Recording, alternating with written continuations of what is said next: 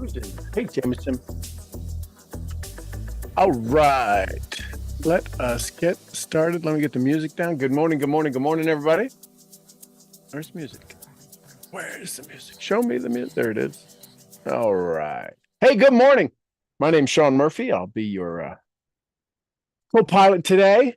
Episode 2200 and, I don't know, probably maybe late 30s, early 40s. So today I want to have a conversation with you to help you go build your business, right? If you use AI, have access to AI, you've got access to some pretty cool ideas and concepts that will help you develop and find your avatar. I'm not an AI teacher. I've just been using it, and I'm going to teach you how I use it to help me grow my business. So in this conversation today, it's really about the psychology of curiosity gaps. How do you build your audience? That's really what you want to do, is right. You want to build an audience of people who want to buy from you. Wouldn't that be the case? Isn't that the reality? You want to build an audience from people who want to buy from you. Well, a couple of easy ways to figure out who wants to buy from you is to see if you can roust them out, see if you can awaken them, right? See if you can see if they're following you, see if they see you. The reason a lot of people on social media aren't having the success is because they haven't attracted their marketplace, right? If you're using things that other people are using, there's a good chance you're having clients that other people are having. And so there's a couple of things that happen in the psychology of the sale is they think, oh, well, everybody seems to be selling this. There's nothing unique about them. So in today's marketplace, I think it would be fair to say, and I think most people would agree, that in order for you to stand out, we've talked about this in the psychology of understanding how people listen, is there's something got to be novel about it. And having a novelty of niceness doesn't necessarily work. You talking about what's possible for others doesn't necessarily work. You've probably experienced that. So I'm going to give you 5 points to help you target your audience, build your audience, create compelling CTAs, calls to adventure, right? Not just calls to action. Most people don't want to take action. How do we know that? Well, if you think about it, I could Google what it is you do and find ways to do what you do without you. I still won't do it. If I find out that you're pretty good at what you do to help me use that particular vehicle or tool or methodology to get it done easier, that'd be awesome, which you can. You can help anybody do what they want to do better. I know that. The challenge is that I don't want to do that. People want adventure. So that's what CTA, call to adventure. Create a more meaningful community engagement, and then scale the system without losing depth or authenticity. So that's what we're going to have a conversation about this morning.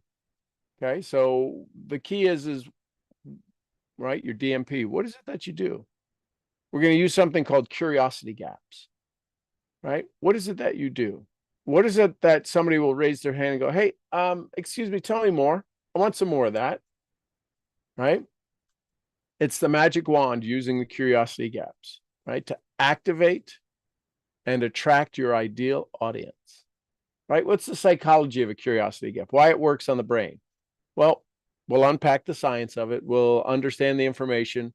We'll explore some of the psychological effects, right? These are people that understood this and kind of figured out the what happens in the brain stuff, right? Some stuff from 1994, from earlier from that, and how to authentically and ethically use tension without manipulation. Right? That's what a curiosity gap is. It creates tension without manipulation. And then identifying your target audience using curiosity gaps, right? Reverse engineer your audience's unspoken questions. So think about this right now. We'll get into it. We'll go into it. But I want you to start thinking, rather than posting content that seems like it might work, it's kind of like fishing out here on our pond. Well, Every place else I fished with worms, and worms always caught me fish. Well, they may not catch a fish here, right? The audience is different. I don't have a lot of bluegill and crappie and worm eating kind of fish. I have bass and fish carp and catfish. They use a different bait. So would it be possible? Is it possible? Would you feel better if you understood that, man, my audience, my true audience, just uses a different bait. It needs a different a way to attract it. Here's what you want to comprehend. There's loops running in people's minds. And these loops, the reason they come to you is because they're unsolved, unresolved loops, right? They're unresolved loops. Well, how do you go find your audience? Well, you can go listen to your audience. You're going to go listen for people who have these unresolved loops in places like Reddit or Quora or YouTube comments. Oh, you mean I have to go do research? No, you can have keep having what you got. You'll keep doing what you're doing, and you'll keep getting what you get. I'm just trying to give you some ways to short circuit, to create some success you haven't had in a while. So, with that being said, did I bring in a? Yes, I did. Yay. And then I'll show you some case studies, right? So the other thing we're going to do is create content architecture. A lot of times we just post, are you happy? Do you make enough money? Do you want to travel for free? Would you like blah, blah, blah, fill in the blank? And we create this content. What if I were to ask you, what's the architecture to your content? You may not have a solid, quick answer for me. So I want you to understand that it's okay for you to use hooks or headlines or narratives. Joseph McClendon III, kind of the father of, I don't say the father of neuroencoding, but he kind of branded neuroencoding, right? The way the brain thinks and creates reactions in the body, and understanding how what we're doing is that people can see our content, people can see our conversations, people can see our curiosity gaps. The key is in the architecture is what Wallace D. Waddell says. It's not about doing certain things. It's about doing things in a certain way. And the certain way is we don't want to trigger the amygdala response in the body that causes the brain to shut down and become silly, literally 25% less smart. So content architecture. How do you use open loops in emails or social posts or videos? Layered storytelling, right? Episodic structure to create return behavior. One of the things I learned, this was 30 years ago in marketing, 3 decades ago, that's kind of scary, is to, when you're getting ready to write something or post something, ask the question, so what? That has saved me more endless posting, no return posting than I have in a long time. Ask the question, so what? Well, why would I ask that? Well, because that's what your prospect's brain is asking. That's what your avatar's mind is asking. You want to be able to be the so what for them. You trigger it with a curiosity gap. And then the curiosity gap says, oh, that's why I want more. Again, this is a psychology marketing class, if you will. I'm not a marketer. I'm not a psychologist. I'm just sharing with you ideas and concepts that I've learned over the years, because I got tired of doing and not receiving. Tired of efforting without any effortlessness. So here's the other key thing that you want to bring to your architecture. The psychology of almost knowing. Why ambiguity must be specific. See, all too often, if you know it, what do we say about know-it-alls? Come on. What do we say about know-it-alls? Think of it in your mind. Say it out loud to yourself. What do we think about know-it-alls? And if you're a know-it-all, and if you're a know-it-all without the results of the knowing it all, there's a disconnect there. If you're supposed to be in the wellness world and you don't necessarily look well, there's a disconnect there. That requires some additional marketing, right? If you're, I couldn't be the head of the jockey community. I might be the head of the jockey community, but there's going to have to be something really special about me because I don't know the path they walked on. I'm 6'3", they're 5 foot nothing. I probably wouldn't, I couldn't have the conversation of what it's like to be the size of a jockey, to do the things a jockey does. I don't do those things. But I can tell you this, you are the absolute president, CEO of your world. So what have you done in your world? I've heard it said many times, the best person who wants to see your marketing, the best person you could help is the person you just were. So a lot of times in social media or in marketing, people talk about all of the good things that are possible, all of the things that could happen, instead of telling me what just happened that ate your lunch and you walk through. All right? Because we don't want to be vulnerable. We want to look like we're professional. Listen, I have screwed up many times. I have here's what I know. I get so excited about technology that when I go to log in for the 30-day free trial, put your credit card in, 30-day free trial, it says you've already got an account. I'm like, what? And sometimes I'm still paying on an account I didn't even think I had. I thought I needed. Yeah, I'm that kind of a screw up. I'm that kind of a person who, oh, shiny object, shiny object. I have shiny object syndrome. I'll be the first one to say I probably might be the head of that class. So understanding that, knowing that if people decide they want to engage with me, part of the challenge is overcoming shiny object syndrome, because we're going to get down to the brass tacks, the nuts and bolts, the do the work, the do the thing until you don't have to do the thing, Bob Proctor statement. All right. So how do you go from curiosity? How do you raise their curiosity and take them to conversation? And in conversation should create conversion. Curiosity, conversation, conversion. And that's your call to adventure. How do you turn passive interest into active participation? That's where I know I struggle. I used to really, really struggle. What is the call to action? Right now, there's a little campaign that's going on in my world of curiosity gaps, of creating curiosity, and people are asking questions on the curiosity gaps. They're not designed for a CTA. I haven't said if you'd like to end this, convert this, change this, stop this, feel better about this. I haven't put that language in there yet. This is simply a billboard without any direction. Oh, it's to get people to think. My goal is to get you to think.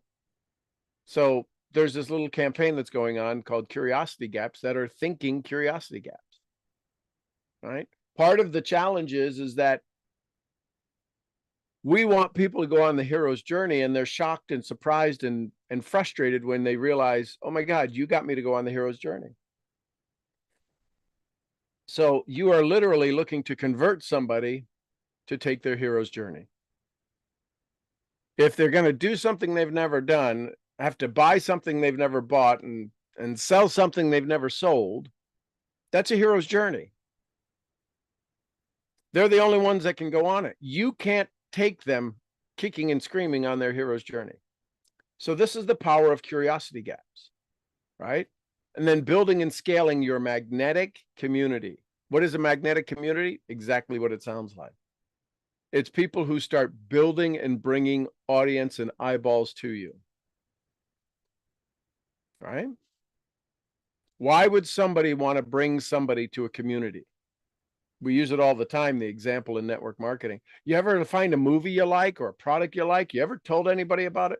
What they're really saying is have you ever found a movie that you think other people would benefit from? It's called a magnetic movie. It brings you telling others to come see it. It's a magnetic product. It brings you telling others to bring others. How magnetic is your understanding? How magnetic is your curiosity that you create inside of people? Right? Mine, not so magnetic. Why? Because it's hard to explain what you do here. It's hard to explain what you find here. So I'm not necessarily the go-to for creating a magnetic community. I'm a good go-to if you want to bring value to your community. See, there's a couple of different teachers. There's somebody who teaches so they can be praised, and there's others who teach to activate the patterns of success inside you. I hope I fall into the second one.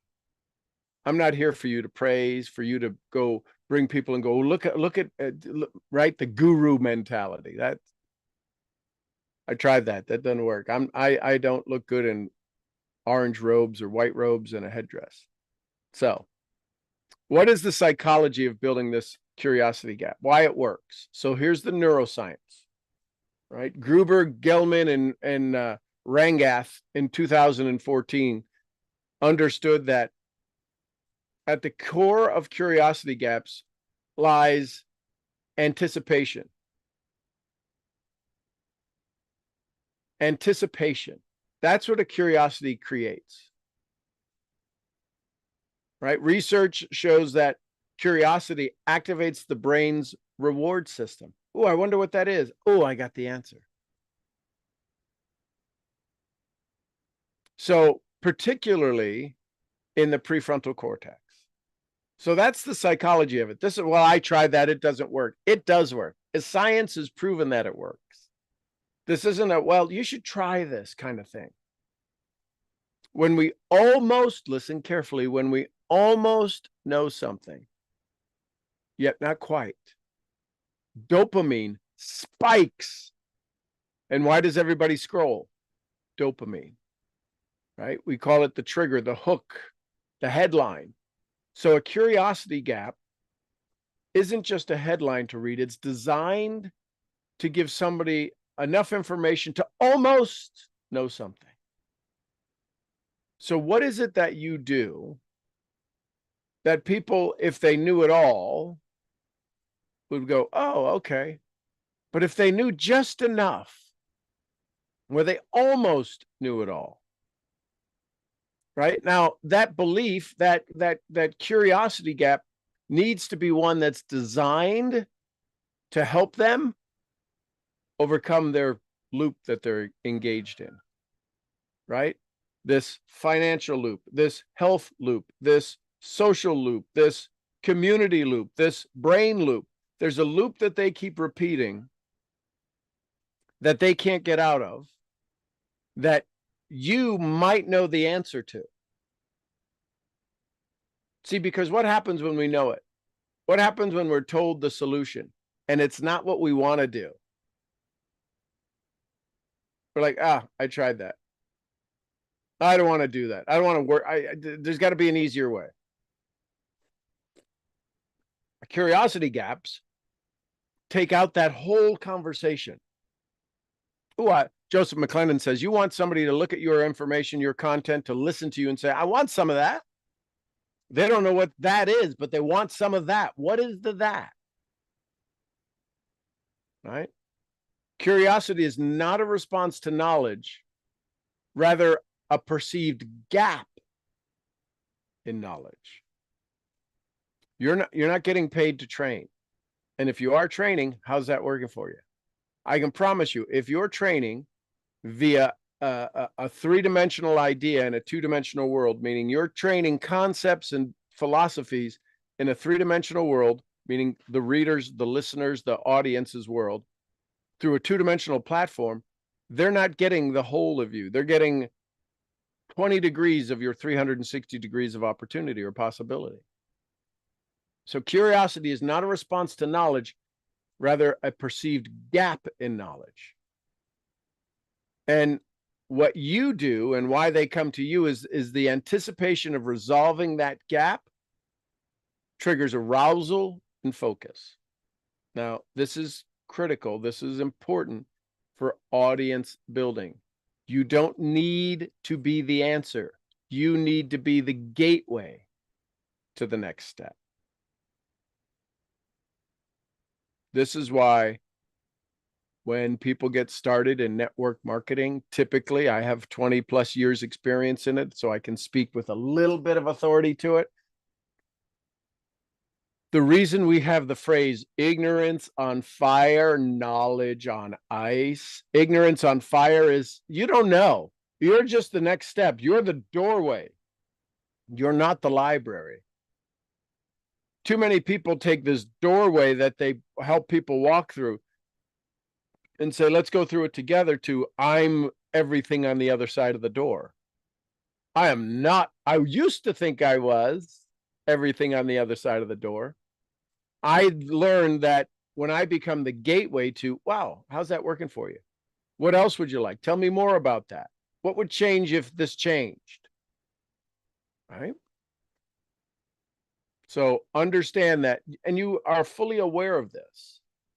It just requires a little shift, right? This is what Waddell says. It's not about doing certain things. It's about doing things in a certain way. So Lowenstein's information gap theory, there's actually a Lowenstein's information gap theory from 1994. That curiosity arises when there's a gap between what we know and what we want to know. The gap is salient, emotionally relevant, right? It's literally, it's part of our physiology. The resolution feels accessible, just out of reach. This, one of the easiest experiences that I can relate to, a story I would relate to, is seeing this particular young lady that I dated many, many years ago.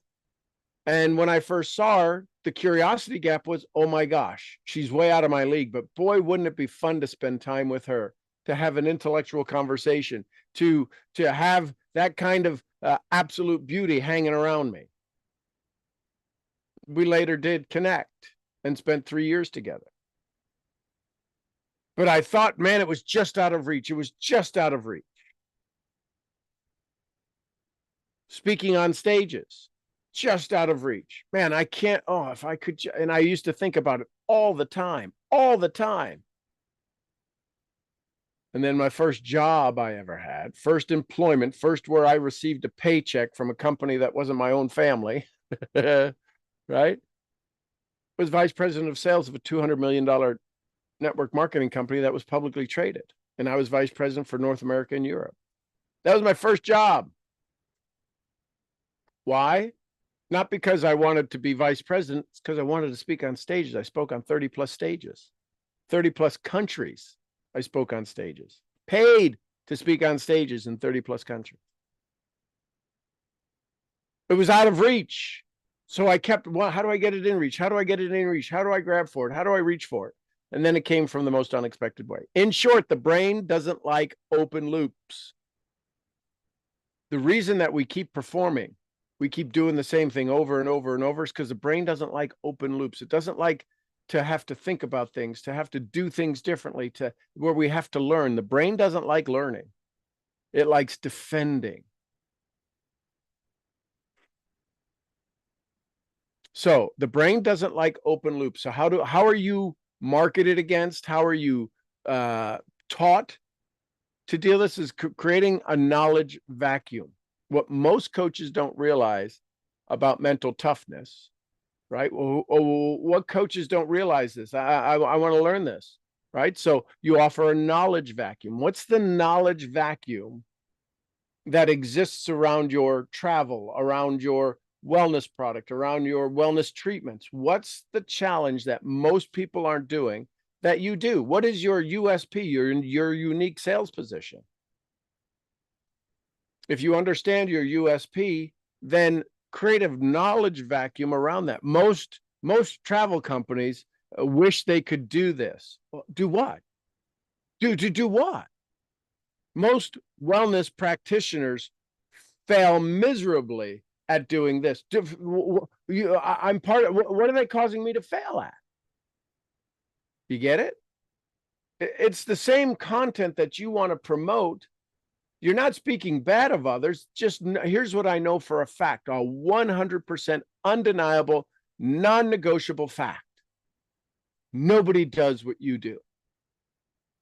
They can't. It's impossible. No one does what you do. They can't do you. And the reason we struggle is we're trying to compete in a what they do instead of here's what I do. It's why we have to know our story. It's why we have to be okay with a little vulnerability. What most travel sponsors won't tell you to maximize your success. Wait, what? Well, I've joined 4 other travel companies and I never had success. Maybe this one's different. Just saying, do you see how it sounds maybe a little intriguing? Your brain is walking towards it going, oh, wait, what? There's literally a curiosity in your brain. There's a loop that's being fractured of, I want to know this, I know this. I want to know this, and this should be the path I run on.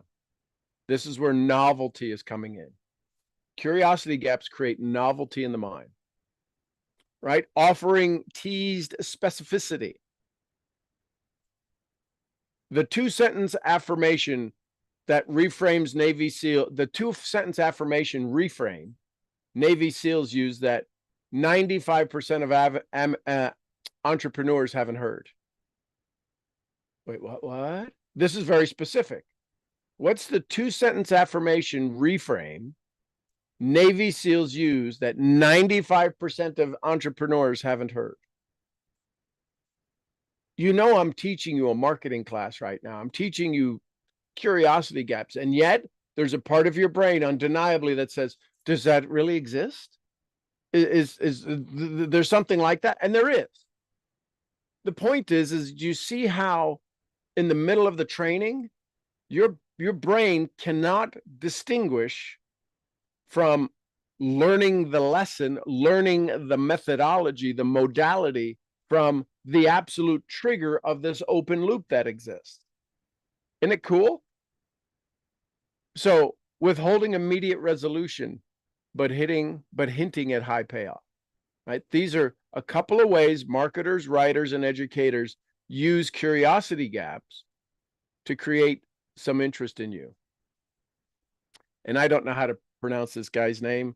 Zeigarnik effect. Zeigarnik effect. Now, this is a tendency to remember unfinished tasks better than finished ones. I've talked about this before. I've talked about this in a way that they did this with waiters and waitresses. You know, those waiters and waitresses that you meet out at some possibly high-end restaurants? They could be anywhere. They're typically at higher-end restaurants. And a table of 5 sits down and they order drinks, appetizers, their main course. And the waiter taking the order remembers all 5 unique orders: drinks, appetizer, and dinner, main course, temperature, what on the side, nothing on the side, a little extra on the side, and they can repeat it back. Right? We've met somebody like that. My God, I can't believe they remembered all that. Here's the funny thing. They could remember that order of 5, full tilt, go put it in the computer, bring it out, deliver it exactly, right? Not who got the hamburger, right? They know exactly who, where, what, and when. The Zeigarnik effect is that 10 minutes into them having served that, 10 minutes after them having served that, they don't recall it. They're on to the next order. When something is done, when something is successful, We zero it out. Right? So we have a tendency to remember unfinished tasks better than finished ones. Narrative psychologists suggest this also applies to stories, ideas, and open questions. So what if you began to use this to your advantage? What is the paradox? What is the unresolved tension? I had a buddy, I wasn't a buddy, he was somebody in business with in a network marketing company, my first network marketing company. He would create a lot of tension. And he did it in such a way that he could get away with it. Example, he'd be on a plane and somebody would sit down in the aisle with him, maybe a biscuit or two overweight, or maybe a couple 100 pounds overweight. And he'd look at him and tap him on the shoulder and say, hey, I'm curious, when did you plan for your heart attack? And he kind of laughed and the conversation would start. But he created that's a tremendous amount. You don't go up to overweight people and say, so when you plan your heart attack? Now, this is a Wallace D. Wattles. It's not about doing certain things. Some of you would say, I could never do that. I would hope you wouldn't do that, because your tone, your inflection, everything other than the words would come out wrong. But what's happening in that dialogue is opening a paradox, an unresolved tension. What is the unresolved tension? So maybe it's, listen, should I check back in 5 years to see if you've taken your dream vacation? How many years till your dream vacation comes true? Right? That creates tension. How many times, how long till you stop funding the pharmaceutical industry with your prescription drugs? Again, creates tension. It opens up this story of, well, nobody said it to me that way. I need to pay attention to something. So what this is doing, we're opening a paradox or an unresolved tension, and then we're breaking complex concepts into parts. It's called episodic content. We create these little episodes, right? If you watch any of these reality shows, right, Storage Wars, or I don't know all of the different ones that are on there, but they're reality shows, and there's a moment to where the tension rises, right? In Storage Wars, or where they buy the mini warehouse little thing, right? They bought all of the stuff in it, and they go, ooh, and they go to commercial break, right? Ooh, oh, well, what? When they get, I got to come back. I got to sit through the commercials, right? That's a little episodic tension to create this you following through on the path. What is the tension you could create that somebody would go, okay, I need to know the Paul Harvey rest of the story? Ending with invitations to complete thought, right? To complete the thought. What I mean by that is, hey, listen, just click up for the PDF below and you'll get all the answers.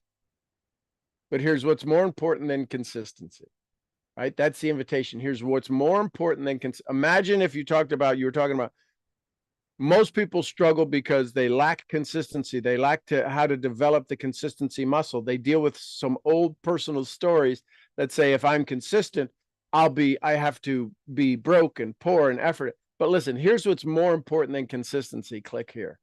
Ooh, more important than consistency. Okay, I need that. This is simply about taking time and visiting your particular business model. What is the loop that they're in that you break that? What is the challenge they keep seeing over and over and over and over and over and over that you fix?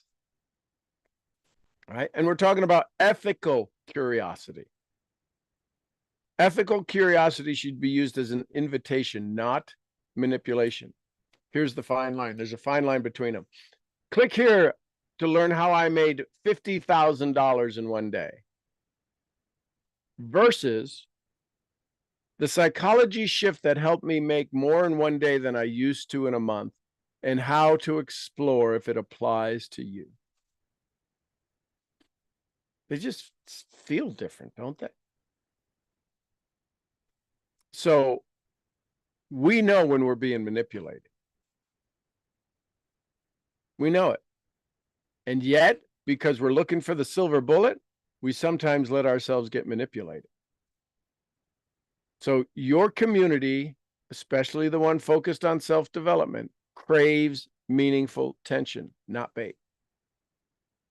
Your community, they're all focused on betterment. They're all focused on growing. They're all focusing on having more. They're looking for meaningful tension, not bait. Does that make sense?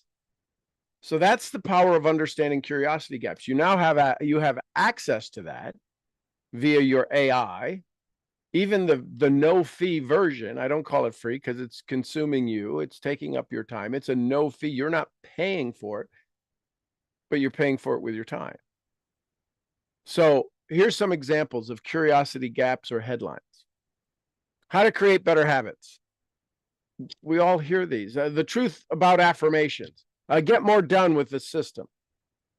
Those are flat statements. Those are, we're like, yeah, whatever. It doesn't work for me. Versus how to create better habits. This might be the curiosity gap headline. Why habit stacking fails for most people and how to fix it. It's words. It's words. This is why I say understanding human nature and understanding how the thing is we use to communicate. See, I'm communicating to you right now. I am not teaching you. I'm giving you content that for some of you, you disengage. You said, I'm out. I'm out E5000. And you left a while ago. And you don't even hear me saying this. Others of you have said, okay, this is what I'm needing. You've already got an idea in mind. So I'm not teaching you. I'm offering you words put together in a certain syntax that allow you to teach yourself. That's really what it is. So what if your language could find the avatar who says, man, if somebody tells me one more time, get clear on my habits, I got 1,001 habits. And then you happen to read why habit stacking fails for most people and how to fix it. Doesn't that? Okay, I'm curious about this. The truth about affirmations. Here's the curiosity gap. The surprising reason affirmations backfire. And the chakra science behind it. Wait, what? Chakra science? I've heard about chakras. What are they talking about? Do I need to now learn chakras? Okay, so if I learn the chakra thing, maybe my affirmations will work better. I'm not sure what's going through their mind. It's not this simple. The truth about affirmation. I use affirmations and I've been doing them for a decade. And I've listened. I wish somebody would just pay me for the sticky notes I buy. All right. Get more done with this system. Maybe the curiosity gap sounds like the subtle mindset block hidden in your productivity system.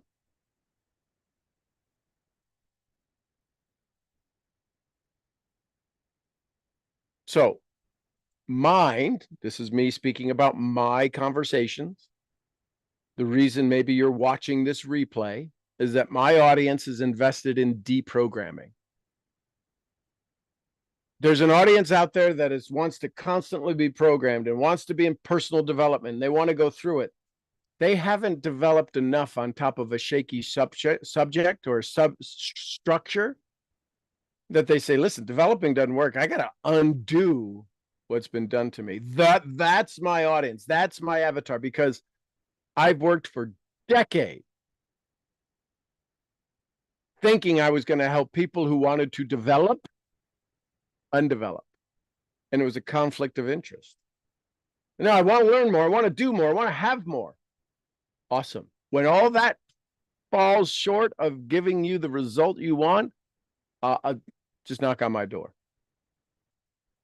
That's why people come back. It's why people show back up. They take it. They were in the development world. I'm teaching undevelopment. They're like, okay, no, I need more. I need more. I need more. I got to go do more. I got to go send more. I got to get 15 more mentors. I got to find 15 more coaches. I got to learn about, and it'll produce a result. So I challenge the internalized assumptions. What if positive thinking is actually sabotaging your growth? right? What's the curiosity gap? What if, wait a minute, I think positively and I'm struggling. Okay. All right, I'm curious. I don't want to admit it, but I'm curious, right? Create narrative dissidence that invites self-inquiry. This is me. This is me. This probably isn't for you. This is what I do, right? I help you. I create some tension that in order to get through the tension or simply avoid it, you have one of two choices. To understand the tension, you have to have self-inquiry. You have to ask yourself some questions about you, your philosophy, your creativity, your capability, and your scale. Or you can simply go, click, I'm done. Okay. I tease the forbidden knowledge, the principle of personal development world, the principles that personal development world will not teach. Why? Because personal development, for the most part, is designed for you to praise the development, not to reward yourself. Well, that's not true, really. How many people do you know have read Think and Grow Rich and struggle? How many people have heard about the secret book of Think and Grow Rich and have yet to buy it, yet to consume it, yet to read it? How many people have seen the movie The Secret and still don't know the secret? They are teaching you personal development. They want you to know personal undevelopment, but if they taught you, if they said, this is going to teach you how to stop thinking the way you're thinking, they imply it, but very few do it. It's why when somebody shows up as a testimonial, there's only one, there's a handful. They say hundreds of thousands. It's thousands, maybe hundreds, who have really cracked the code, who undeveloped what they currently were to use what this was. So think about it this way. Does your marketing promote sensationalism or philosophical intuition? I'm wanting you to think. I'm getting you to have conversations with yourself. And so the challenge is most people don't want to think. So how do you reverse engineer your audience's mental models to create high friction curiosity that directly targets their unspoken needs? Your audience isn't just looking for answers. They're subconsciously looking for the right questions. I don't know if any of you have heard this. Probably most of you have heard this. If you want better answers, ask better questions.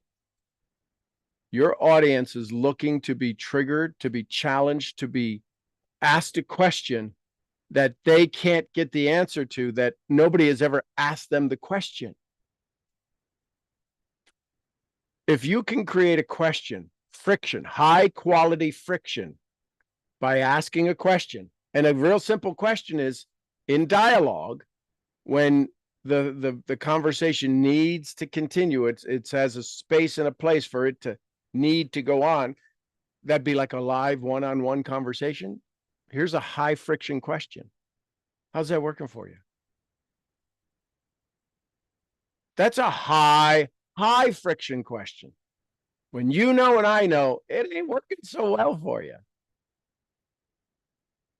How long do you want to own that story of struggle and delay? Those are high quality, high friction questions.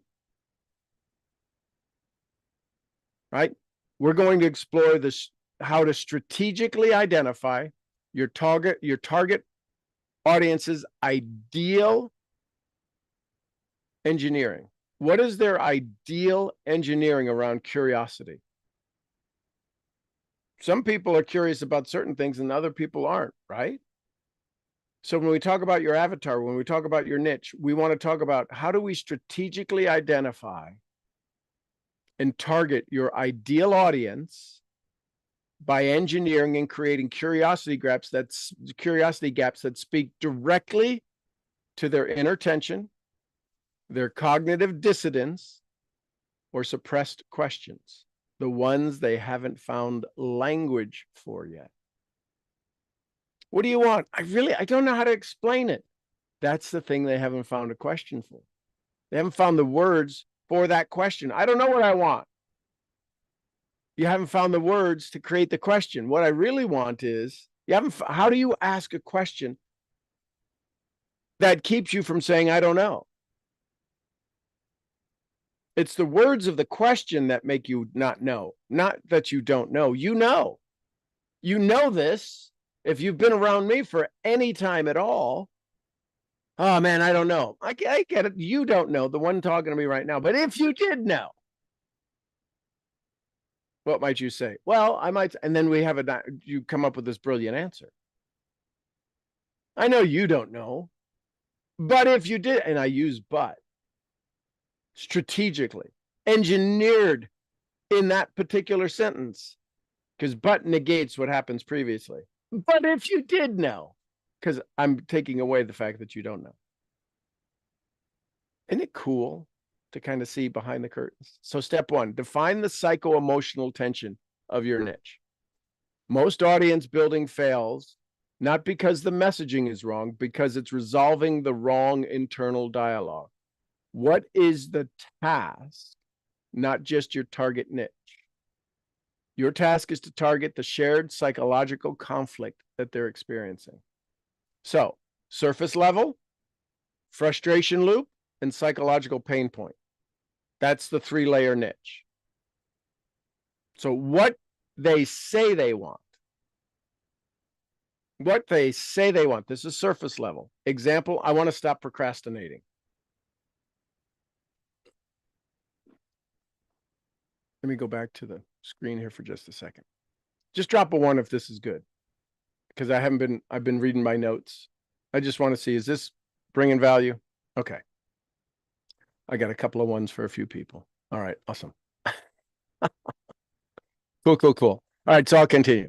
So, understanding curiosity gaps. So, defining the psycho-emotional tension of your niche. What is the tension there in the surface level?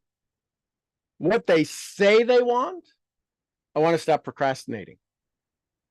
The frustration loop, right? This is number 2, surface level frustration loop, the psychological pain point. Number 2, the frustration loop is the recurring pain or obstacle. So this is the description. Surface need, they say what they say they want. I want to stop procrastinating. Number 2, frustration loop, the recurring pain or obstacle. I've tried every productivity hack and I still sabotage myself. Here's the frustration loop.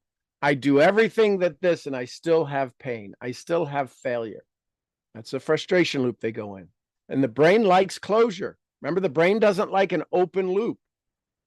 So you come along with your productivity hack, your timing hack, your journaling hack, your fill in the blank hack. It's not enough for them to change their loop. Oh my gosh, well, that just seems crazy. Why would anybody do that? It's the way the brain survives. This is when you understand this and you start to see this. And listen, I'm probably the poster child for the frustration loop, where I've had great mentors, I've had great teachers, and boy, I would make them so mad by not doing the little simple task they suggested, because if I did it, I didn't have a new story. If I have a new story, it means I can't use the old pain. If I can't use the old pain, there's no safe place for me to go back to hide. There's no safe place for me to go back to be like everybody else. That's why in network marketing, if the wife comes, the spouse comes, and they say, don't go home and tell your husband. Now, the company doesn't say that. People who have enrolled moms or wives or spouses say, don't go home and tell your spouse yet. You haven't done anything. You haven't spent any money. Let's go build your business so that when you do tell them, you already have proof, right? Because we're so scared of it. Right? So that's the psychological pain point. No, the third one is the psychological pain point. So surface need, what they say they want, frustration loop, reoccurring pain. The psychological pain point is the existential dissidence underneath? What is this? I can't put my finger on it. Pain that's underneath. And here's the example. What if everything I've been taught about discipline is actually trauma reenactment? Wait, what? This is about productivity, about procrastination, about sabotage. What if everything I've been taught about discipline is actually allowing me to relive my trauma? And since I know my trauma, that's why if you talk to somebody about their trauma, it's either a lot worse than it was at the initial or a lot better than it was. It can never be the same as the moment, because who we are reenacting it is a different person. So you want to talk to somebody about getting healthy. How long have they been taking prescription medicine? For 20 years. Do you realize that's a habit like almost unbreakable? That's like taking away their crack if they're a crack addict, taking away their alcohol if they're an alcoholic, taking away their metformin, taking away their, you name it. So 3 layers. 1, surface need. How many of us are really trying to solve the surface need? This is why Cal Newport talks about in his book, Deep Work. We play at a shallow level. That's why we have shallow results. Surface level, frustration loop, the reoccurring pain, and then the psychological pain point, the existential dissonance underneath. What if learning how to stop procrastinating has been my way to treat my trauma? What? Kind of crazy, cuckoo for Cocoa Puffs, right?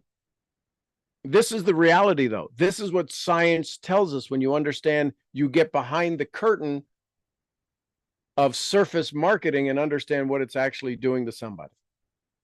It's polarizing, right? Curiosity gaps land deepest when they tease solutions at the level.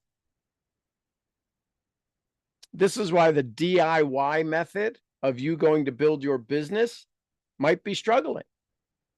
We're dealing with surface level. You might be delving into the frustration loop. The challenge is you've probably never heard about the psychological pain point, and you're definitely not marketing to it. So step 2, right? So we're talking about curiosity gaps, identifying and targeting your niche. Step 1 was define the psycho-emotional tension, right? Your task is not just to target niche. Your task is to target shared psychological conflict. This gets real heady, right? So now number 2 is asking, what are they already asking, yet not consciously? So tools to listen for unspoken questions. Where do people ask a lot of questions? Right? Reddits, self-improvement, deciding to be better. Where are they looking for where the conflicts show up in raw form? How do I do that? What do I need to do that for? You can Google, what are the most searched questions on travel? What are the most searched questions on wellness? What are the most searched questions on, right? YouTube comments. Search for a topic and a problem. Travel, problem, price. Travel, problem, passports. I don't know. Travel, wellness, wellness coaches, cost. Oh, I didn't know I could do that. See, this is changing the way you look at things, so the things you look at change. So in Quora, query open-ended identity questions like, why can't I stay consistent? You can do that in the search. Why can't I stay consistent? You'll see what other people are saying. Why does motivation feel fake? What are your own testimonials? What are the testimonials that come out of your company? Dig into, mine, go harvest past clients' before and after language. What is the before and after language of somebody in your business model, of somebody in your company, of somebody using your technology? What is the before and after language so that you can detect their core dissonance? They got to the after and they broke some rules. They got to the solution and they broke some rules. What was the thing keeping them from breaking the rules and arriving at the success? What is the dissonance? What is the conflict that was in them as a personality, as a human being, that said, that's a problem. I don't know how to do that. And then you come along, or somebody like you comes along, or your business model comes along, or your technology comes along and produces it. So what's the before and the after language? And in between there is where the story gets created. In between the before and the after languages is how you build your marketing. And that's where the curiosity comes from. Weight loss. Why people are worried about having to buy new clothes. Wait, what? People won't lose that the 5 stubborn pounds because it's going to require a new pair of pants. Why are people struggling with the last 5 pounds? You'll be surprised. It's because they don't want to go to the store. What? I got enough knowledge. I think I know what it is, but I'm not sure what they mean, right? How do we leave this unanswered question? So that's identify what they're already asking, but not consciously. And that's the language before and after. What is the before language? What is the after language? In there is the story, is a big story, a marketing story that you can use. Here's what people were thinking before. Here's what they think after. You're marketing to that unspoken question. They didn't know they could have the answer to X. Does that make sense? So how do you build micro narratives around those gaps? So now you've mapped out tension. Now it's time to create the micro narratives, these little small narratives around these loops they're stuck in, right? So you got to expose the loop. Mine's real easy. Ready to buy one more book that doesn't work? Yeah. I just bought one on Amazon. I just bought this bestseller, this new launch of this book. I haven't even opened up the last one. That's what I know they're going to say in their mind. So I expose the loop. Reveal a new lens they hadn't considered. Right? Why do you think people have book clubs? So they can go talk about a book they're reading and get personality, get different perspectives. Most people won't join a book club on personal development. Why? Because they got to expose they ain't developing.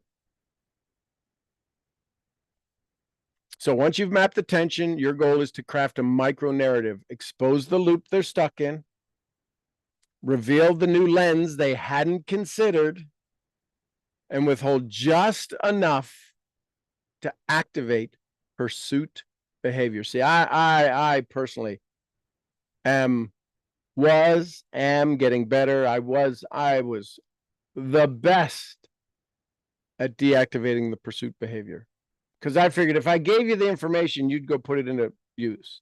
What happened was, if I gave you the information on your own, it's kind of like, I've never cooked a Chateaubriand. I think, no, is that a wine? Maybe. What's the one where I think Chateaubriand, where they take the filet and they wrap it in pastry and they cook it. Chateaubriand for 2. I think that's what that is. I'm pretty sure that's what that is.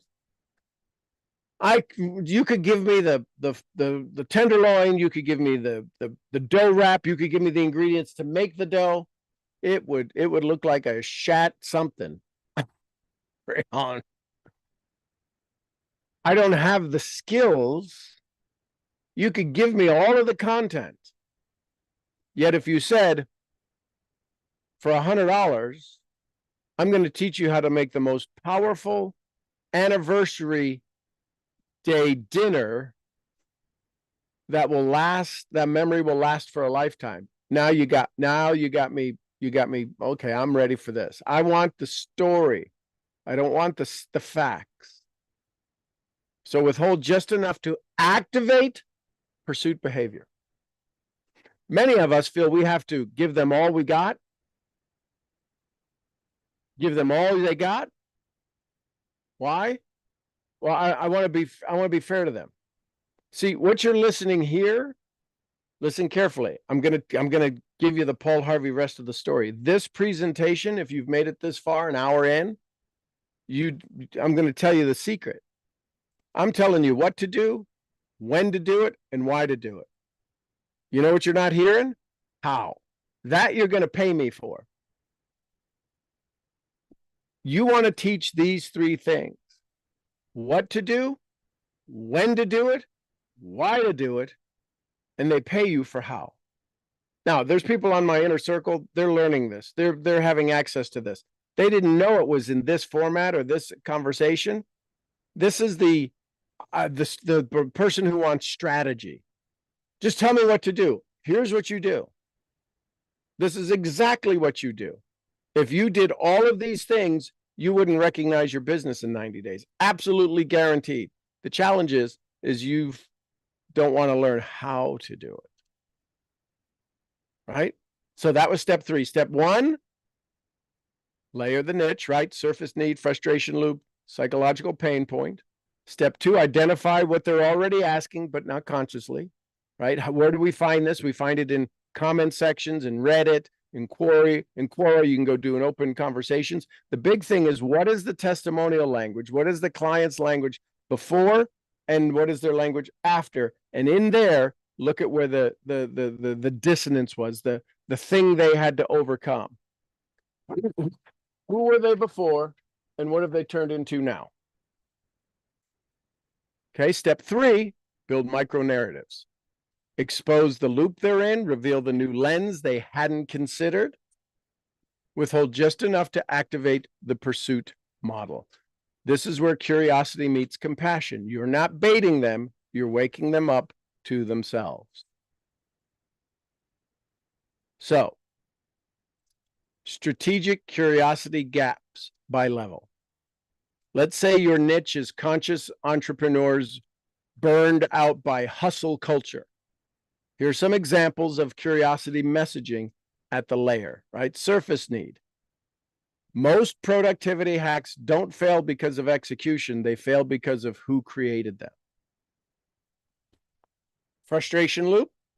If your self-discipline feels like self-abuse, it probably is.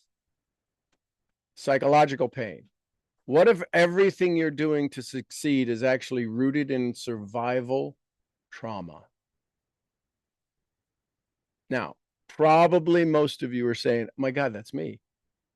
Oh my God, that was all. And every one of you is different. So these trigger not just clicks, they trigger identity friction. That's the magnetism you're after. How do you create an identity friction that they know if they got into your world, into your wheelhouse, into your circle, that you would ease that pain? Everything you're about to do is to go create friction. And the friction you're creating is either shoving them away or pulling them in. If you're not creating friction, there's no reason to pay attention to you. Everything just slides right off. If you're creating enough friction, you might, this is Wallace D. Wattles. It's not about doing certain things, creating friction. It's about creating friction in a certain way that the friction actually becomes magnetism. I just forgot his name. A marketer. It was the first one I learned it from. It's called polarization. Polarize to magnetize. This is who this is for. You've seen it in marketing. This is who this is for. This is who it's not for. And if you think you're a not for, most people are like, well, that's not me. I'm not lazy. I'm not this, right? They're polarizing you. Frank Kern, that's his name, Frank Kern. So here's some shadow questions.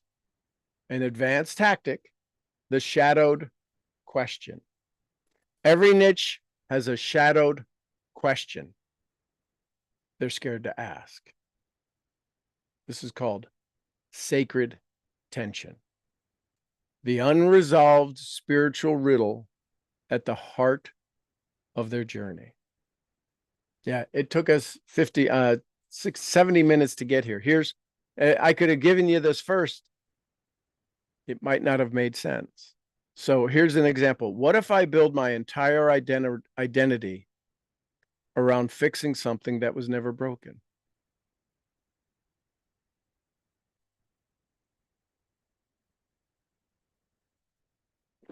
What if high performance is just a mask for chronic self-rejection? Ooh, snap. Bonus. What if all my affirmations are built on false assumptions about what I should want?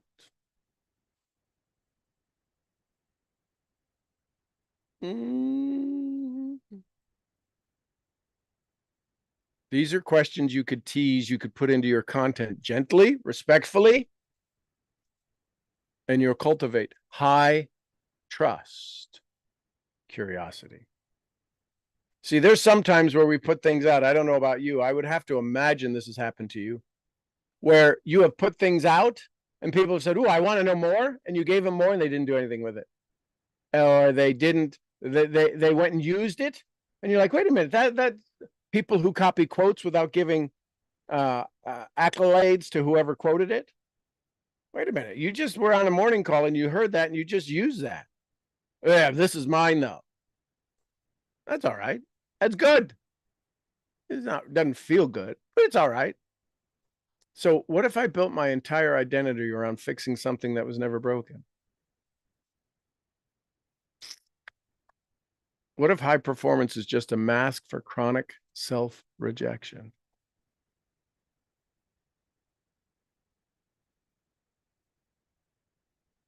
Here's what I'll tell you. When people, I've been doing this for 4 decades, teaching and training. The last 5 years, coming up on 6 years, every day live in the morning. There's a lot of people who use my stuff, use the languages. I can tell you it doesn't sit right when they don't say where it came from. Here's why. And it's not about praising me. It's about the jump that it takes you from where you are to this new psychological awareness that people are like, wait a minute, there's too big a gap in there. That's not true. They got that from somebody and they're stealing it. This is what happens at a subconscious level to the reader. Wow, that's cool stuff. I love it. And then you don't act that philosophy or fulfill that philosophy or teach that philosophy or speak more about that kind of philosophy. There's this big emptiness and it just creates people to disengage. So anyways, there you go. So why you should stop trying to be a better version of yourself and what the self-help world won't tell you about identity addiction. Right? Just if you were to hear those titles, that immediately activates the cognitive dissonance. Aren't I supposed to want self-development? It targets the meta frustration your audience has with shallow advice, and it opens a loop that only my community could close. So there you go. There's some ideas. Lessons, comments, thoughts. What'd you learn? What'd you like? What's your takeaways? Take with you.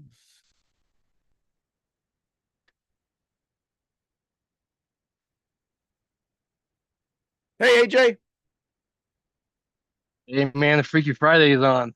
How are you doing? Outstanding. Hey, listen, before I get my question, I have someone very special here. I want to say hi. No. Yeah, let me just pass the headphones. Hi, Sean, buddy. How are you Mitch, doing today? Listen, we are enjoying together here on the beach in Belgrade. Oh, we have a fantastic time, and I just want to say hello to you. How are you doing? I'm doing outstanding, my friend. What an honor. I can't tell you. Listen, every day this young man is here, he speaks of you with honor and praise. And I feel like I know you already.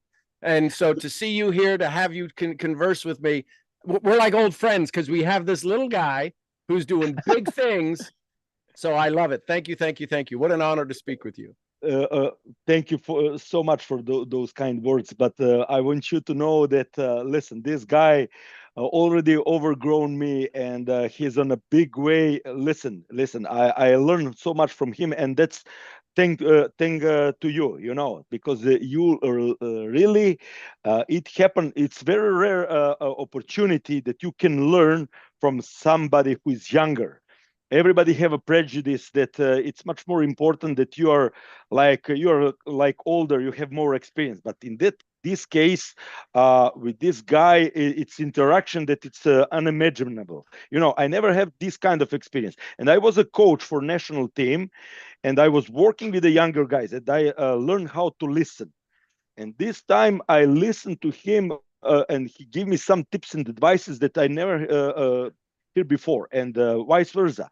When I'm speaking with him, I can use my experience to open a bigger picture, how to say. So it's fantastic. It's a very good interaction between two of us, and that's all because of you. He's literally opening up, and we can speak on some different level. That's very rare. With the younger, listen, I have a kid 3 years younger than him, and I have much better connection even with my kid because of this interaction with him. Wow. That's the honest truth. Well, here's the thing that I think is so valuable, Mitch, is what you shared something that's really important. You can listen to AJ because you can take your mind from your years of experience and go back to that age. You can go back to the 24-year-old version of you, hear this information, implement it, and bring it to your 50-year-old self. AJ can advance his mind to your level of experience and understand you. You're literally able to speak the same age based upon rapport versus calendar age. So that's what makes that relationship so amazing. Listen, I'm going to be 60 in a couple of days. I'm not going to give you more than 45. How AJ can listen to a 60-year-old, it isn't about audible. It's about heart. So he has access to wisdom. We call them old souls, right? He has access to wisdom. Here's the neat thing, Mitch. You have access to youth to listen to Exactly. him. So that's what I think makes this connection so valuable. So I'm honored to I can't wait to shake your hand and give you a hug. I really hope that it will be happen soon. I just want to tell you one very important thing. I don't want to bother you You're too not much with bothered. this. I love it. Talk more about me. Listen, what is most fun thing that this is very fast time.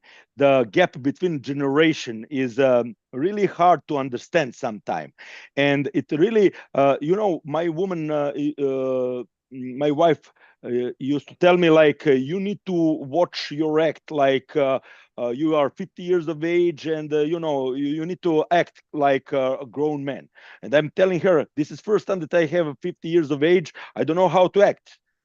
And she's like, oh, fuck it, you don't understand anything. I never forget that I was a young guy, and I have much better energy with the younger guys because interaction is much better. The older guys, he met my friends, and it's all some dark speaking about some sickness, some stupid shit, and we are not here to listen to some like negativity. We are here to celebrate life and to gain some experience and to do something about it.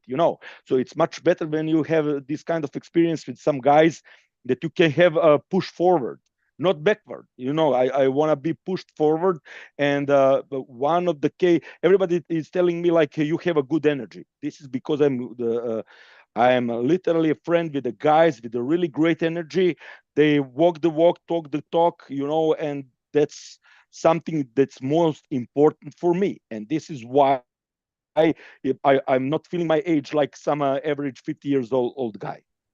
Very, very simple. I love it. I love it, love it, love it. You're an awesome. Thank you for showing up today. Thank you for inspiring all of us. I love it. What a privilege. What an honor. Thank you so much. I really appreciate it. And this Zig Ziglar book is amazing. Those quotes, I need to read it a couple of times. It's so like it's like a Zen philosophy. So for me, it's like something listen, this is so straight to the point stuff that we all expecting some kind of magic, but this is much better because it's straight to the point without any bullshit. And it's like, sometimes it's very hard to understand it. Thank you for that book. It's amazing. So you literally choose something for me that I need to study very, very carefully. Congratulations. And the Zen-like, most people don't refer to personal development books as Zen-like. And the reason they are, that is a great description, because every time you read the page again, you get something different. That's Zen. Exactly. You're in a different place, in a different space. So congratulations. I love this. This is so awesome. Thank you, AJ, for doing this. Listen, I want you guys to have a great chat. Thank you for these kind words. And listen, every single time when I'm with this guy on the same place, when you guys have a session, I'm gonna use this opportunity to jump in and say hello to you. Please Okay? do. Please do. We need you. We need more Mitch in our life. Oh, thank you very much for that. Enjoy your session. Have a very great time. Thank Okay? you. Thank you. Havala. Bye bye. Bye bye. Hey, who put that guy on, man? That's crazy. Wow. What a crazy guy, huh? What a Wow. nut job. Listen, do you Yeah. realize? So this is one of the greatest gifts that's possible, is for you to give space to somebody to have a wonderful time. You enjoyed it. And how much effort was it? It was effortless. That's how life is supposed to be. Yes, sir. We will always be in the spotlight. You were on screen. He was the one doing all the talking. You were excited. You could hear his words. You could imagine the other side of the conversation that you couldn't hear. What I'm saying is, the reason that it's so important is that you were not in the spotlight, but you can't be in the shade. You can't be in the dark when you do things like this. And that's why when you give people a chance to have recognition, to step into the spotlight, you're either in the spotlight with them because you got to stand there next to them so they don't pass out, or you're holding the spotlight.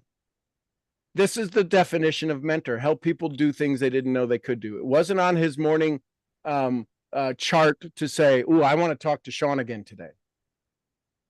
Timing has funny way of doing things. So I love it. Because usually at this time he needs to go home because he has a husky.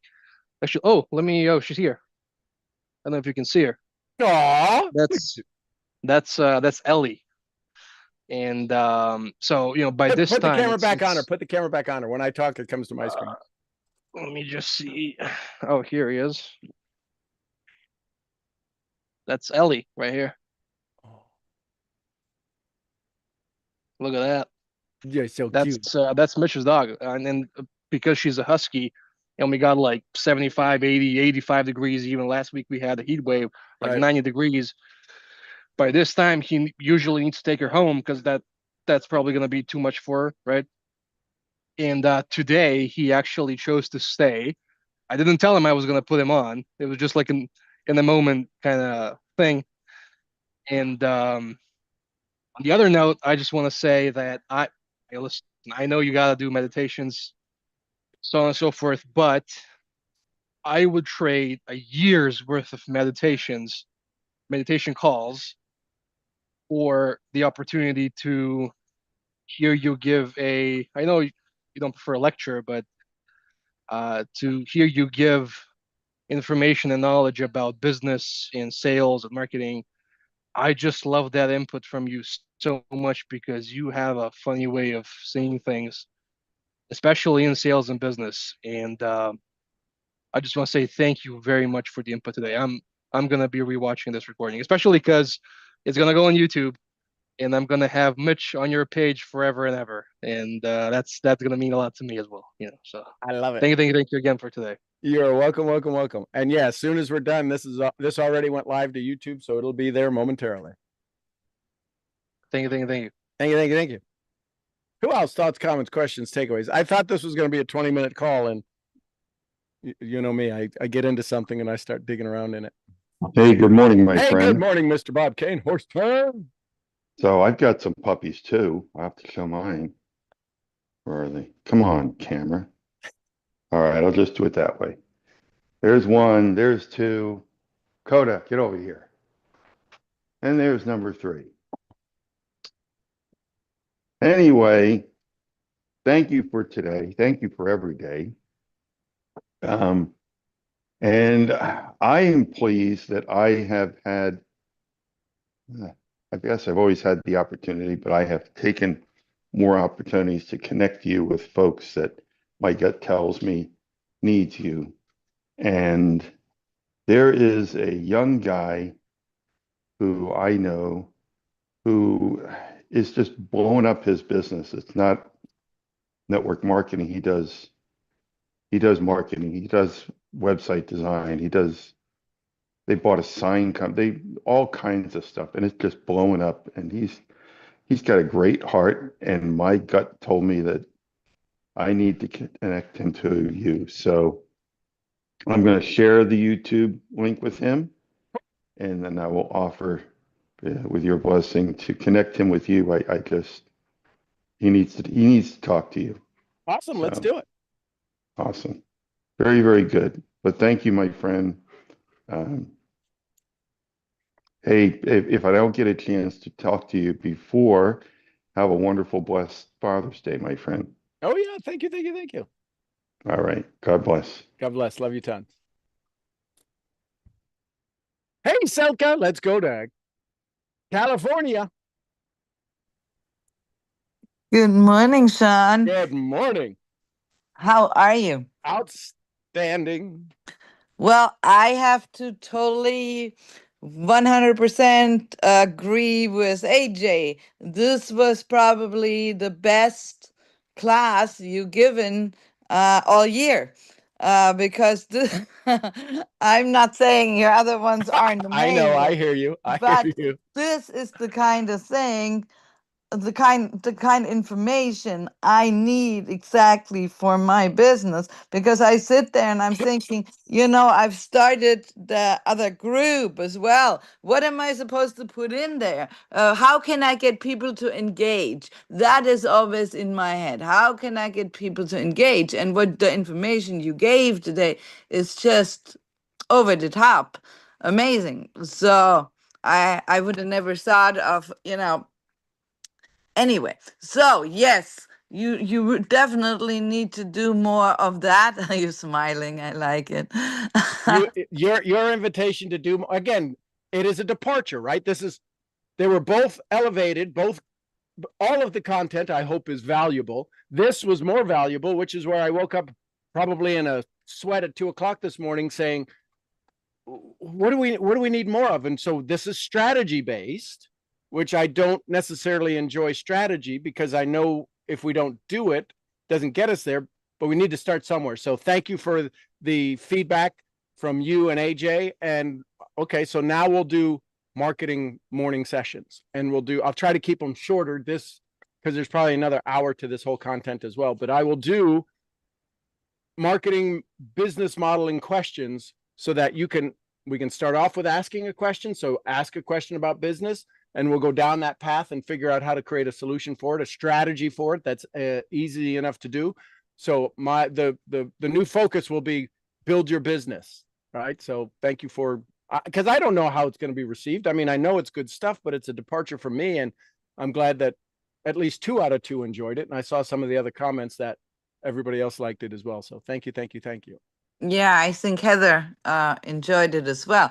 I think we are all here. Well, I guess I can only speak for myself, to build our businesses and to make the amount of money that we set at the beginning in our DMPs. So anything that will help that. Certainly, we need all kinds of things like the meditation and things like that is great, certainly.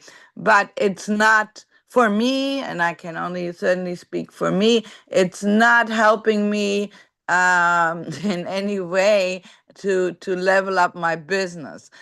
Perhaps it is good for my mental being, but it's not getting any of my businesses anywhere. I'm just being honest. Sure. And so this morning, and I didn't get up. I was still in bed, so I fell asleep at some time. So I'm gonna rewatch this immediately, because and I didn't take notes, and I heard you say take notes, and I'm like, oh, but that's Well, gonna hey, listen. require me to get out of bed. No, I love that you didn't take notes, because a couple of things happen. A lot of times, subconsciously, we'll take notes to avoid the lesson. I know that sounds crazy. Well, I want to learn the lesson. Yes, but if you take notes with the intention of being able to catch what's important, you only need a couple of good nuggets. There was a lot of things in here. And the key is all of those things make sense when your DMP is in place. You'll be able to go back and watch this. If you say, I'm going to rewatch this, I'm going to spend time re-engaged with this to acquire my DMP. And what that does is you've just activated the things we've meditated on for months, your reticular formation system, which you have control over. You can now formulate saying, I want to create my DMP. I need to see things in a new way and take some new actions. I'm about to go listen to something that will give me the strategies I'm seeking, so that your subconscious doesn't say, yeah, but could you really do that? If you activate the reticular formation, read your DMP, read your desire, read the sentence, read the whole thing, whatever it is, set your mind to say, I'm looking for new formulas to acquire this. Then the brain says, okay, that opens the loop. We have to learn some new formulas, some new techniques, some new strategies. It opens the loop. And as soon as you start watching this, you know the loop is going to get closed and you'll be like, okay, I'm really paying attention now. And it changes the way you hear everything. So I think it's brilliant you didn't take notes the first time, because what you do now is you're going to be able to literally go step by step. You can implement, hit pause, implement some of the activities, hit play, and continue on. So it's designed to be start and stop. You don't have to listen to 1 and 7 to get the lesson. You can listen to 1, go do it, listen to 2, go do it, listen to 3. And so I think it's brilliant the way that it happened for you. Congratulations. Not Wow. surprised, you're a freaking genius. So, but anyway. Well, I wish I was a money genius. Well, now you are. Hey, listen, set that up as a funny thing. I know it sounds funny, but set that up saying, listen, I'm listening to this to activate my money geniusness. Seriously. You are always so amazing with the words. I really should reach out to you more often, which I haven't done lately, because yes, I think you saw the group for the health, Yes. and I have no idea. Like, I don't know what people want for health, so I used the what is it called? Oh my Curiosity gap. No, I Oh. didn't use that because I didn't know, but I used the Chat GPT Yes. to give me some information of what I should put in there, what may interest people. But I don't get people to interact, so that's my biggest thing: to get people to interact anywhere.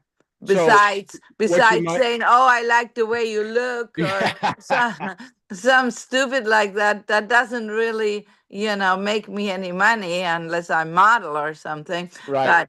But yeah, so something that people actually like. I noticed I noticed you changed up what you put on Facebook, because I interacted with your and it actually came up. Usually I don't see what you post Right. unless you posted in Instagram the pictures. It's really strange Yeah. how Facebook doesn't it? show. Yeah, it is. That's why lots of things that I put in my story, I automatically put in Instagram, because otherwise it doesn't show it to people. I don't know what's going on. And it looks like more people now from Instagram see my stories than people in Facebook. Then I definitely know that. Don't give up on Facebook. You know that. You No, wouldn't. no. I know you mean, wouldn't, but now you get Well, to market more. that's where I have my largest following. I can't seem to build a huge following in Instagram, and that's another thing that I'm struggling with, because if you don't have a large following, it's it's not helping you any. So here's a tactical suggestion, and this is for everybody. I'm sharing it with Silke. It's for everybody. If you go take some of the people who click like on your posts, they did a heart on Instagram, click on their name and just do a screenshot of their homepage. Go to another one, screenshot, and take 4 or 5 of the people who interact on your posts. Take those images, go into ChatGPT, upload them as photos, and say, these people interact most with me on Instagram. Can you tell me their philosophy, their psychographic, their demographic? What can you tell me about these 5 interactors that would help me identify my niche? and you'll watch them come back with psychological, human. They can literally tell female or male usually, and it'll come back and say your niche is based upon these 5 or 10. You can upload 10 photos into ChatGPT, and you can do I don't think you can only do that if you have the paid version, because I tried that with someone else where somebody told me you can upload 10, and I tried and it said you can't. You have the free version. So I think I can only upload 3. Okay, then do the 3. Do 3 times and say here's 3 more, and just say that here's 3 more, and it'll follow the previous prompt of tell me all about it. Here's 3, and then say, now that you have this now that you have this information consolidated into a, if I were to look for one avatar, tell me who my avatar is based upon these 9 or 12 photos that I've added, and see what it says and go, oh. And then you could say, what are the trigger words for this psychographic or this demographic? What are the things they want me to see? Can you create some curiosity gaps for this avatar? And all of a sudden, now you have your marketing thing in half an hour. You've got a philosophy, a frequency, a signal, right? One of the things I've just created recently is neurosquared harmonics, which allows us to operate into our signal, not our message, because our message. Oh, yes, signal. Yes, that's what you had in your post. It Yes. was like rather confusing to me. And see, What that am I- created curiosity. Now, confusion, I get it, but yet you remember, so that's what you were talking about.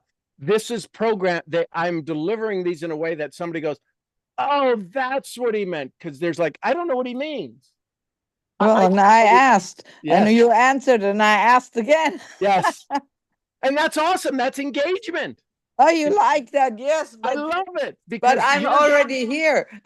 But you're yes, going to ask, I know you're going to ask questions that nobody else has the courage to, because we have a relationship. They don't know that we have the relation. They're like, wow, she's kind of bold asking these questions. What they don't know is that, no, that's Silke, and she's loving me, saying, you better fix me. You got to tell me what you mean here. I want to get clear because I don't want to be confused. And I love it because nobody else has the courage to do that. Few others have the courage to do that. I So do love that it. with other people as well, but other people sometimes get upset. Yes, But I'm okay. Oh, it's Silke. How could I get upset with Silke? well, would you get upset if somebody else asked? I don't think so. I I think you wouldn't. want to help people, and you But see nobody things. has the courage to do what you do. That's why I love that you're here. Oh, well, thank you. You're very sweet. Listen, I'm German. I want the answers. No, I'm an entrepreneur and I need to stop spinning my wheels. But they Right, appreciate that. exactly. And because things change so much for me now, I'm really struggling, even because what am I going to put out? Because it's not applicable to anyone. Well, some of my things are, but the rest is no longer applicable to anyone in USA. Right. So I'm struggling with that.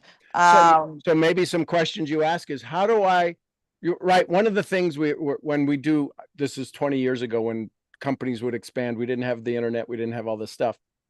And we were going to Asia. What did everybody say? Well, go to every Chinese restaurant you have and say, who do you know in Asia? Who do you know in Taiwan? Who do you know in Singapore? Again, basic fundamental, but it's kind of goofy. So now what if you ask curiosity gaps? You asked one of them that you got huge feedback. You went into TR's group and said, who do you know in Mexico? No, I said who lives in Mexico. Yes, or and there's a lot, and I need to get, now I cannot find that post anymore in there. I I got back to people, but I didn't connect with all of them. So yes, maybe I can just post the same thing again. You could, or maybe you pick a different, maybe you who lives near Mexico City, so it's not the same from algorithm. Yeah, but there was many people in Mexico City, but I mean, I'm not just specifically to Mexico City. I actually No. I know. I'm just saying. So I would like Tijuana or something because it's so then pick close that. to Oh, there me. you go. There you go. I can actually just jump across the border. And it's funny. I had this conversation with somebody just the other day. When you drive into Mexico, for me, you can just drive in. The border is open. You don't even need to show passport or anything. Yep. So it's very easy to go. go in. Well, it's maybe not so easy to come back. But yeah, that's what I've been struggling with, how to, because I still posting the travel and everything, but it's no longer applicable to US. So here's a question I have, and I haven't done it. It just popped in. Doctors Without Borders, right? And okay, yeah, I've so heard of them. I don't know any, but okay, yeah. so you might go Google it, because what if you started, and there may already be something out there like it, Entrepreneurs Without Borders. Right? Yes, Doctors Without Borders allows, if you're with Doctors Without Borders, you're not country specific. You don't have a philosophy about who should be served, who shouldn't be served, what nationality they are. You're just going to do what doctors do, help heal people. right. And since there's a lot of challenge with the border, right, between us and Mexico, what if you were to think of, hey, listen, I want to know who loves to do business across borders? Maybe some posts like that to see who understands what it takes to build an international business, who already has a mindset. But Most I people- think, yeah, and I think in the olden days that wasn't the case. But with the technology, I think most people build anything over the borders now, because literally the world has become so much smaller with the technology. Absolutely. Because yeah, I can just get on a Zoom and talk to someone in India, Yep. or in Australia. I mean, there's literally the technology is taking away the borders, because we don't need to physically be there. I mean, with doctors, certainly, yes, they have to go physically in order to fix some things for the patient. But yes, that's a great idea. But I think, a lot of people, certainly, borders are no longer in existence. Literally for digital products. I know Right. there's still issues with physical products, and that's much more difficult.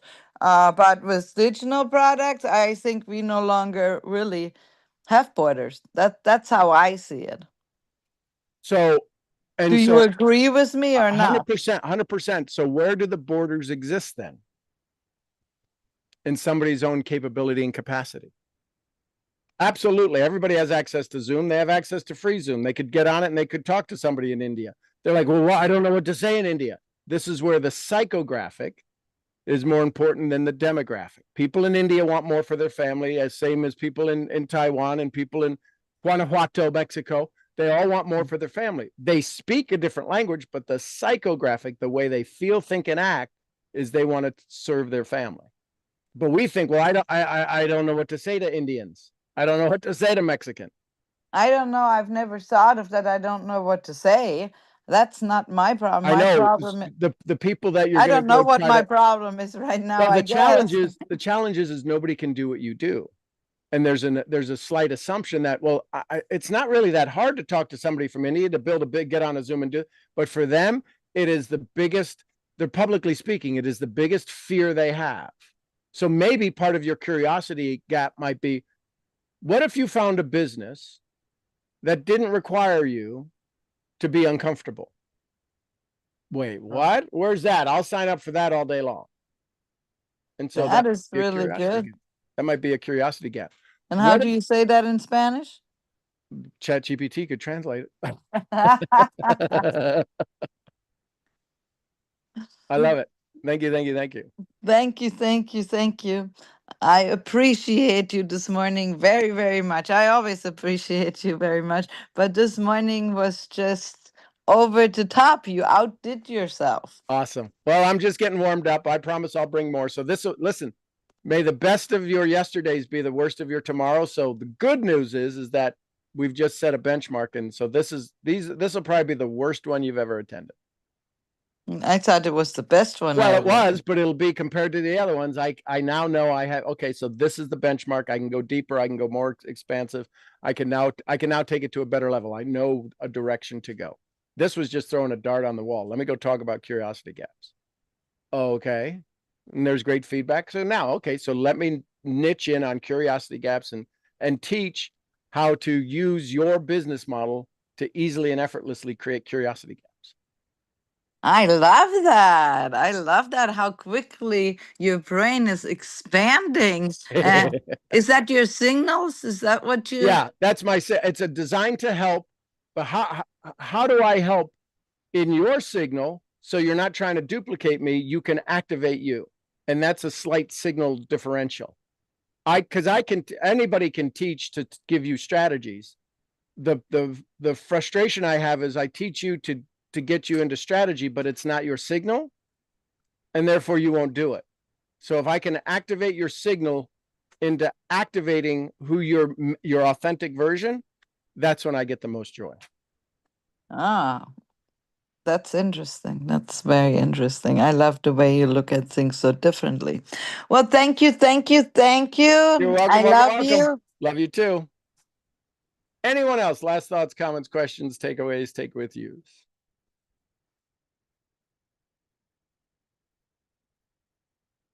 Okay.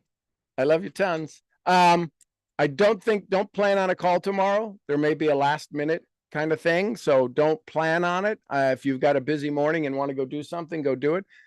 We've got somebody coming to collect Apollo and Astrid. So I'm not sure what time they'll be here tomorrow, and we'll figure that out. So all good things. All right, everybody. I love you tons. I'm your head brain training. Find the curiosity gap that unlocks you, Misfit. I'll see y'all where? At the next The event. next event. At the next event. Somebody give me some Costa Rica.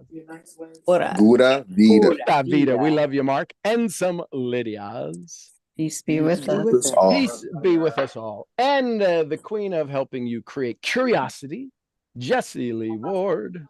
Boss Lee. Boss Lee, we love you, girl. And a little white fluffy. Gurgly, gurgly, gurgly. Gurgly. All right, everybody, go have some fun. This will be up on YouTube just as soon as it renders under the live section, not in the recordings. You got to click on the live tab. You'll see you there. All right, everybody. Bye for now. Love you tons.